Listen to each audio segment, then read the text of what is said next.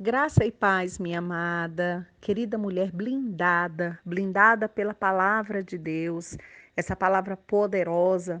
Jesus é a palavra, Jesus é o Verbo se fez carne e habitou entre nós. E nós vamos ler em Mateus capítulo 12, versículo 37, essa segunda mensagem aqui do oitavo dia, nesse período da tarde. Porque por tuas palavras serás justificado e por tuas palavras serás condenado. Então veja que quem fez essa declaração foi o próprio Jesus. E é importante a gente saber que as palavras, elas são mais importantes do que muitos de nós imaginamos.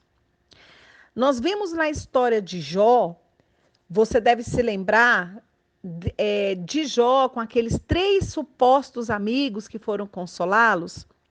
Então, a queixa de Jó contra os amigos foram de que eles haviam ido consolá-lo, mas que eles acabaram foi por atormentá-lo.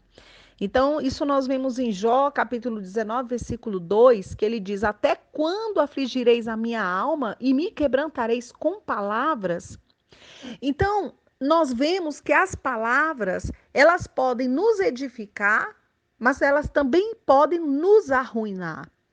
As palavras, elas podem nos curar e ela também pode nos deixar doentes.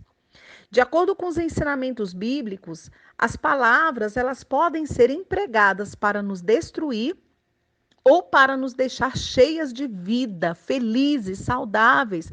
As palavras que nós proferimos ontem é o que dá vida ao que nos acontece hoje. Sabia disso? Então, isso está em conformidade com o que Jesus disse em Marcos 11. Tudo o que disser lhe será feito. Está no versículo 23. Então, tudo que nós proferirmos são palavras. Na realidade, nós podemos ler o versículo seguinte assim: Você terá o que as suas palavras disseram que teria. Então, a minha pergunta é: o que você declarou ontem? E o que você está declarando hoje? Então, tenha cuidado com o que você vai declarar a partir de agora. Que palavras você tem dito? Quando você começa a dizer essa minha dor de cabeça, essa minha trombose, essa minha depressão, essa minha doença, essa minha dor de cabeça, você está declarando o quê? Que essa dor é sua. E as suas palavras, elas têm poder.